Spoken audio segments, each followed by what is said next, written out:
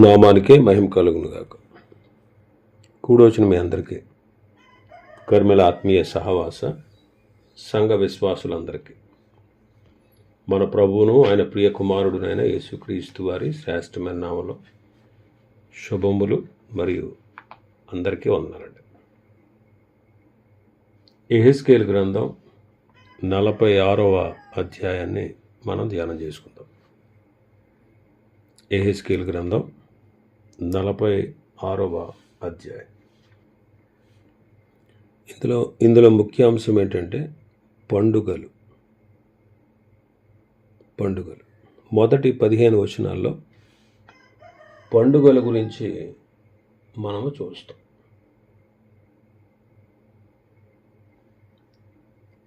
చదువుదాం ఒకసారి మొదటి 15 వచనాలు. ప్రభువైన యెహోవా సెలవిచ్చినదేమనగా, తూర్పు తట్టు చూచు లోపటి ఆవరణపు గుమ్మము పనిచేయు 6 దినములు మూయబడి ఉండి విశ్రాంతి దినమునను అమావాస్య దినమునను తీయబడి ఉండవలెను. అధిపతి బయట మంటపమునకు పోవు మార్గముగా ప్రవేశించి గుమ్మపు ద్వారబంధముల దగ్గర నిలవబడగా యాజకులు దహన బలి పశువులను సమాధాన బలి పశువులను అతనికి సిద్ధపరచవలను. అతడు గుమ్మము దగ్గర నిలవబడి ఆరాధన చేసిన తర్వాత వెలుపలికి పోవును. అయితే సాయంకాలము కాకమునిపే గుమ్మము మూయకూడదు. మరియు విశ్రాంతి దినములలోను అమావాస్యలలోను దేశ జనులు ఆ తలుపు దగ్గర నిలవబడి యెహోవాకు ఆరాధన చేయవలెను. విశ్రాంతి దినమున అధిపతి యెహోవాకు అర్పింపవలసిన దహన బలి ఏదనగా, నిర్దోషమైన 6 గొర్రె పిల్లలను, నిర్దోషమైన 1 పొట్టేలును, పొట్టేలుతో తూమెడు పిండి గల నైవేద్యము చేయవలెను. గొర్రె పిల్లలతో కూడా శక్తి కొలది నైవేద్యమును, తూము ఒకింటికి 3 పళ్ళ నూనె తేవలను. అమావాస్య నాడు నిర్దోషమైన చిన్న కోడెను, నిర్దోషమైన 6 గొర్రె పిల్లలను, నిర్దోషమైన 1 పొట్టేలను అర్పింపవలను. నైవేద్యమును సిద్ధపరచవలను. ఎద్దుతోనూ పొట్టేలతోనూ తూముడు పిండిని, గొర్రె పిల్లలతో శక్తి కొలది పిండిని అర్పింపవలను. తాము 1ఇంటికి 3 పళ్ళ నూనె నైవేద్యం చేయవలను. అధిపతి ప్రవేశించినప్పుడు గుమ్మపు మంటప మార్గముగా ప్రవేశించి అతడు ఆ మార్గముగానే వెలుపలికి పోవలను. అయితే దేశజనులు నియామక కాలముల యందు యెహోవా సన్నిధిని ఆరాధన చేయుటకై వచ్చినప్పుడు ఉత్తర గుమ్మపు మార్గముగా వచ్చిన వారు దక్షిణ గుమ్మపు మార్గముగా వెళ్ళవలను. దక్షిణపు గుమ్మపు మార్గముగా వచ్చిన వారు ఉత్తరపు గుమ్మపు మార్గముగా వెళ్ళవలను. తాము వచ్చిన దారినే ఎవరునూ తిరిగిపోక అందరూ తిన్నగా వెలుపలికి పోవలను. అధిపతి వారితో కలిసి ప్రవేశింపగా వారు ప్రవేశించుదురు. వారు బయలు వెళ్ళినప్పుడు అందరూ కూడి బయలు వెళ్ళవలను. పండుగ దినములలోను ఆ నియామక కాలములలోను ఎద్దుతో గాని పొట్టేలతో గాని తూమెడు పిండియు, గొర్రె పిల్లలతో శక్తి కొలది పిండియు, తూము ఒకింటికి 3 పళ్ళ నూనె నైవేద్యముగా అర్పింపవలను. యెహోవాకు స్వేచ్ఛార్పణ అయిన దహన బలినైనను స్వేచ్ఛార్పణమైన సమాధాన బలినైనను అధిపతి అర్పించినప్పుడు తూర్పు తట్టు గుమ్మము తీయవలను. విశ్రాంతి దినమున అర్పించినట్లు దహన బలిని సమాధాన బలిని అర్పించి వెళ్ళిపోవలను. అతడు వెళ్ళిపోయిన తర్వాత గుమ్మము మూయబడవలను. మరియు ప్రతిదినము నిర్దోషమైన ఏడాది మగ గొర్రె పిల్లలను దహన బలిగా అర్పింపవలను. అనుదినము ఉదయమున దానిని అర్పింపవలను. మరియు అనుదినము ఉదయమున దానితో నైవేద్యము చేయవలను. అది ఎట్లనగా, తూమెడు గోధుమ పిండిలో 6వ పాలును, పిండి కలుపుటకు పడి నూనెయు ఉండవలను. ఇవి ఎవరునూ రద్దుపరచలేని నిత్యమైన కట్టడలు. గొర్రె పిల్లలను, నైవేద్యమును, నూనెను అనుదినము ఉదయముననే నిత్యమైన దహన బలిగా అర్పింపవలెను. గత అధ్యాయంలో పర్ణశాలల పండుగ, పస్కా పండుగను గూర్చి మనం చూసాం. ఆ పండుగ 7 రోజులు జరుగుతుంది. ఆ 7 రోజులు పొంగని రొట్టెలే తినాలి. మరి మిగతా పండుగలు ఇక్కడ ప్రస్తావించలేదు. మొదటి చివరి పండుగల్ని ప్రస్తావించినందువల్ల అన్ని పండుగలను చేర్చినట్లు భావించి ఉంటాడు. లేకపోతే ఇశ్రాయేలీలు సరికొత్త నిబంధనలోనికి ప్రవేశించినందుకు అవి నిరర్థకమయ్యాయా లేదా అనేది మనకు సరిగా అర్థం కాదు. అయితే ఇక్కడ ఈ ప్రత్యేకమైన పండుగలు ప్రస్తావించిన తర్వాత యెహెజ్కేలు గారు అనుదిన ఆరాధన గూర్చి, సబ్బాతును గూర్చి, అమావాస్య దినాలలో జరిగే సంస్కారాలను గూర్చి రాశాడు. బయటి ఆవరణము నుండి లోపలి ఆవరణంలోనికి వెళ్ళే ద్వారం మూయబడి విశ్రాంతి దినమునను అమావాస్య దినమునను తీయబడి ఉండవలెను.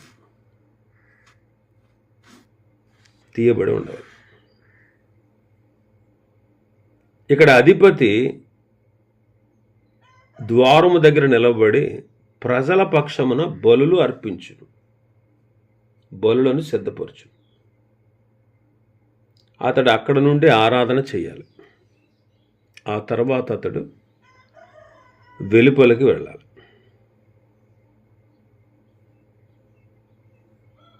దేవాలయంలో ఆరాధించే వారికి పశ్చిమ ద్వారం నుండి ప్రవేశం ఉండదు, తూర్పు ద్వారం నుంచి. ఎందుకంటే తూర్పు ద్వారం ఎన్నడూ తీయబడకుండా అది మూయబడి ఉంటుంది. ఇక మిగిలిన దక్షిణ ఉత్తర ద్వారాలు తెరిచి ఉంటాయి అన్నమాట. ఒక ద్వారం నుండి ప్రవేశించి ఇంకొక ద్వారం గుండా వెళ్ళాలి. ఉత్తరపు గుమ్మపు మార్గముగా వచ్చినవాడు దక్షిణపు గుమ్మపు మార్గముగా వెళ్ళాలి. దక్షిణపు గుమ్మపు మార్గముగా వచ్చినవాడు ఉత్తరపు గుమ్మపు ఆవరణంలో గుండా వెళ్ళాలి. ఇది క్రమశిక్షణను సూచిస్తూ ఉంది. అధిపతి కానీ ప్రజలు కానీ దేవాలయానికి వచ్చి బలులు అర్పించి ఆరాధించి తిరిగి వెళ్ళాలి. కాబట్టి వాళ్ళు తిరిగి వెళ్ళేటప్పుడు అక్కడికి వచ్చినప్పుడు మందిర క్రమం ఉంది. ఆ క్రమాన్ని వాళ్ళు పాటించారు. మరి క్రొత్త నిబంధనలో ఈ మందిరం సంఘానికి సాదృశ్యం. సంఘం అంటే మనమే. క్రీస్తు రక్తము చేత కడగబడి లోకము నుండి ప్రత్యేకించబడిన వారే సంఘం. క్రీస్తునందు విశ్వాసం ఉంచిన వారు ఆయన నామమందల విశ్వాసము ద్వారా మనం అందరం దేవుని పిల్లలం అయ్యే అధికారాన్ని ఇచ్చాడు. కాబట్టి ఆలయంలోకి వచ్చినప్పుడు వాళ్ళు క్రమాన్ని పాటించాలి. అలాగే మనం కూడా క్రొత్త నిబంధన సంఘ క్రమాలు మనం చూస్తాం. క్రొత్త నిబంధనలో మత్తయి సువార్త నుంచి ప్రకటన గ్రంథం వరకు ఇవన్నీ కూడా దేవుడు మనకిచ్చినటువంటి ఆజ్ఞలే, క్రమం అన్నమాట. కాబట్టి పత్రికలన్నీ, సువార్తలు, పత్రికలు, అపొస్తలుల కార్యములు, ప్రకటన గ్రంథాన్ని మనం చదివితే క్రమం కనబడుతుంది. ఆ క్రమంలోనే మనం నడవాలి. మరి దేవుని యొక్క క్రమాన్ని మనం ఖచ్చితంగా పాటించాలి. ఎందుకంటే రక్షణ పొందాం కాబట్టి. మనం ఆయన పిల్లలం కాబట్టి, ఆయన పిల్లలు ఆయన మార్గాల్లో నడవాల్సి ఉంది కాబట్టి ఖచ్చితంగా దేవుని మార్గంలో ఆయన ఇచ్చినటువంటి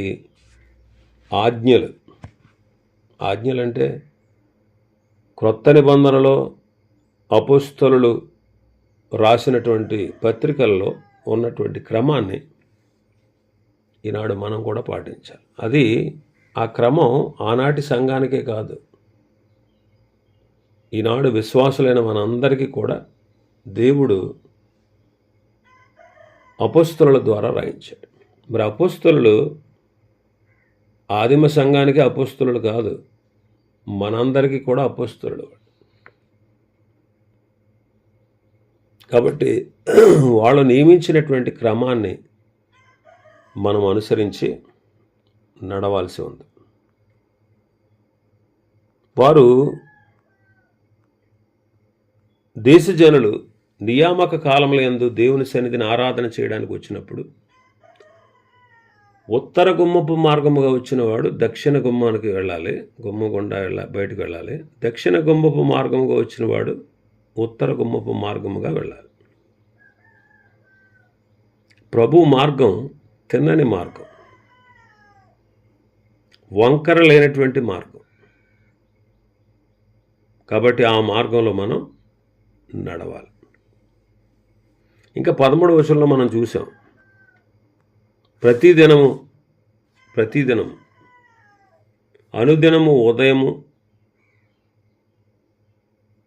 అర్పించాలి, దేవునికి బలుడు నైవేద్యం చేయాలి.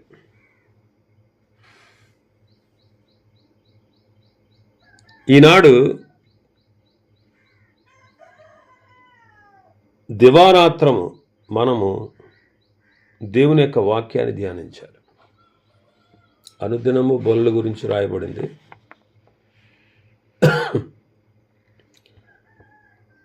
ప్రత్యక్ష గుడారంలో ఉదయం సాయంత్రం అర్పించేవారు బలులు. ఇక్కడ ఉదయపు బలి గురించి రాశారు. కాబట్టి మనం కూడా ప్రతి ఉదయం ప్రతి సాయంత్రం అంటే దివారాత్రులు దేవుని యొక్క వాక్యాన్ని, ఆయన గ్రంథాన్ని మనం ధ్యానించాలి. దివారాత్రులు ప్రార్థించాలి. కాబట్టి ఆయన మార్గంలో మనం నడవాలి, ఆయన వాక్యాన్ని ధ్యానించాలి, ఆయన మనం ప్రార్థించాలి.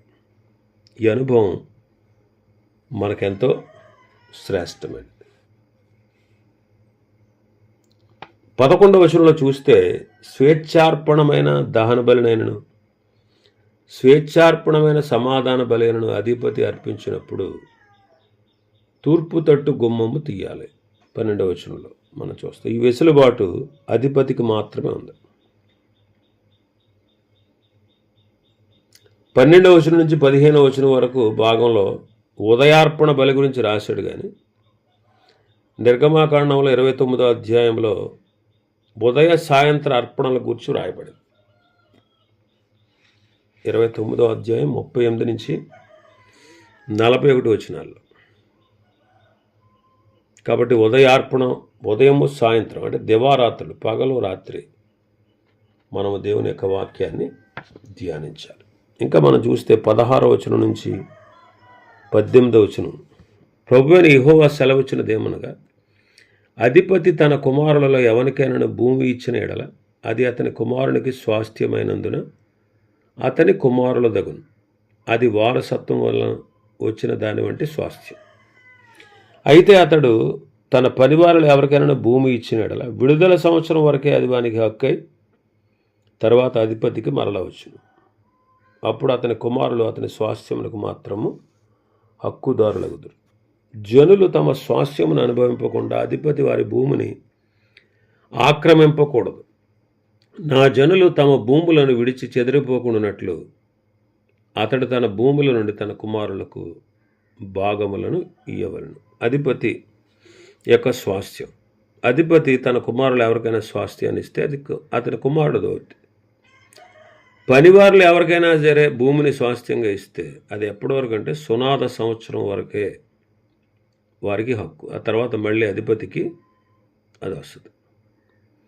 అతని కుమారులు మాత్రమే అతని స్వాస్థ్యానికి హక్కుదారులు అవుతారు.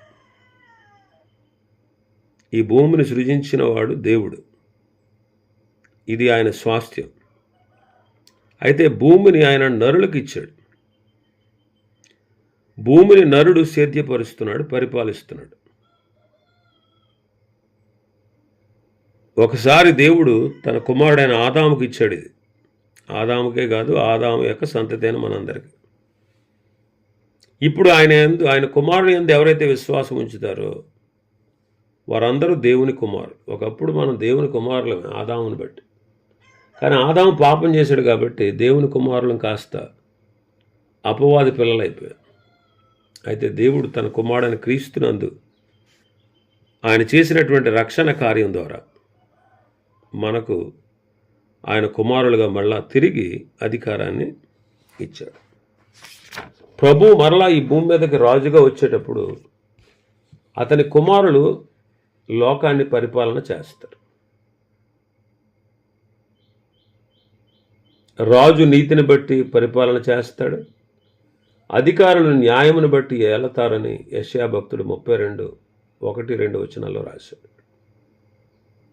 ఈనాడు ప్రభు కొరకు మనం కూడా నమ్మకంగా జీవించినట్లయితే, నమ్మకంగా జీవించి ప్రభు అప్పగించిన పనిని మనం నమ్మకంగా చేస్తే, ప్రభు వచ్చినప్పుడు అధికారాన్ని బహుమానాన్ని పొంది చక్కగా ఆయన పరిపాలనలో మనం కూడా పాలిభాగస్తులము కాగలం. కాబట్టి ఈ భాగంలో సునాద సంవత్సరానికి సంబంధించిన నియమాలు అన్నమాట. 50 సంవత్సరాలకు ఒకసారి సునాద సంవత్సరం వస్తుంది. అధిపతి తన కుమారులకు స్వాస్థ్యం ఇవ్వాలి. ఎందుకంటే అధిపతికి కుమారులు మిగిలిన జనుల స్వాస్థ్యాన్ని ఆక్రమించుకోకూడదు. అధిపతి మిగిలిన వారి స్వాస్థ్యాన్ని ఆక్రమించి అన్యాయం చేయకూడదు. కాబట్టి అతని సంతానానికి ఇవ్వబడిన ఆస్తి వారికే చెందుతుంది. కానీ ఒకవేళ ఇతరులకు ఇచ్చినా సరే సునాద సంవత్సరం వరకే వాళ్ళకి అది అధికారం ఉంటుంది. తర్వాత వాళ్ళు మళ్ళీ తిరిగి ఆ స్వాస్థ్యాన్ని అధిపతికి అప్పచెప్పాలి. ఇలా చేయడం వల్ల అధిపతి కుమారులు ఇతరుల యొక్క స్వాస్థ్యాన్ని ఆక్రమించుకోరు. ఒకవేళ ఇతరుల స్వాస్థ్యాన్ని కూడా వీళ్ళు ఆక్రమించేసుకున్నారనుకోండి, అప్పుడు ప్రజలు ఏమవుతారు? చెదిరిపోతారు. ఇంకా స్వాస్థ్యం లేనప్పుడు అక్కడ ఎలా ఉంటారు వాళ్ళు? అక్కడ ఎలా నివసిస్తారు? అదనమాట. ఆ తర్వాత మనం చూస్తే మన భాగంలో వంట స్థలాన్ని చూపిస్తున్నాడు. వంట స్థలం 19వ వచనం నుంచి 24 వరకు. పిమ్మట అతడు గుమ్మపు మధ్య గోడను మార్గముగా ఉత్తర దిశ చూచున్న యాజకులకు ఏర్పడిన ప్రతిష్టమైన గదుల్లోనికి నన్ను తీసుకుని రాగా అక్కడ వెనుక తట్టు పశ్చిమ దిక్కున స్థలం ఒకటి కనబడింది. ప్రతిష్ఠితములకు వస్తువులను బయటి ఆవరణలోనికి కొనివచ్చి యాజకులు జనులను ప్రతిష్ఠించుటకే వారు అపరాధ పరిహారార్థ బలి పశుమాంసమును, పాప పరిహారార్థ బలి పశుమాంసమును వండుచు నైవేద్యములు కాల్చుచుండు స్థలం ఇదే అని నాతో చెప్పి అతడు బయటి ఆవరణలోనికి నన్ను తీసుకుని వచ్చి ఆ ఆవరణపు 4 మూలలను నన్ను త్రెప్పగా ఆ ఆవరణం యొక్క మూలను మరి ఒక ఆవరణం ఉన్నట్టు కనబడింది. ఆవరణపు మూలను ఆవరింపబడిన ఆవరణం ఒకటి కనబడింది. ఒక్కొక్కటి 40 మూరల నిడివియు 30 మూరల వెడల్పును కలిగి 4 ఏక పరిమాణముగా ఉండేది. మరియు ఆ 4 చుట్టూ పంక్తిగానున్న అటకలుండెను. చుట్టూనున్న అటకల క్రింద పొయ్యిలుండెను. ఇది వంట చేయు వారి స్థలం. ఇక్కడ మందిర పరిచారకులు జనులు తెచ్చి బలి పశు మాంసమును వండుతురని ఆయన నాతో చెప్పి. ఎంతవరకు దేవాలయాన్ని చూపించిన దేవదూత యెహెజ్కేలును దేవాలయపు వంటగదులకు తీసుకువెళ్ళాడు. మొదట యాజకుల వంటగది, తర్వాత ప్రజలు బలి అర్పణల వంటగదిని చూపించారు. యాజకుల వంటగది యాజకుల గదుల సముదాయం దగ్గర ఉంది. యాజకులు జనులను ప్రతిష్ఠించడానికి వారు అపరాధ పరిహారార్థ బలి పశు మాంసాన్ని, పాప పరిహారార్థ బలి పశు మాంసాన్ని అక్కడ నుండి బయట ఆవరణలోకి తెస్తారు. కాబట్టి ఆ బలి అర్పణలోని మాంసాన్ని యాజకులు తింటారు. తర్వాత ప్రజలు బలి అర్పణ వంటగదులు బయట ఆవరణలో 4 మూలలో ఉన్నాయి.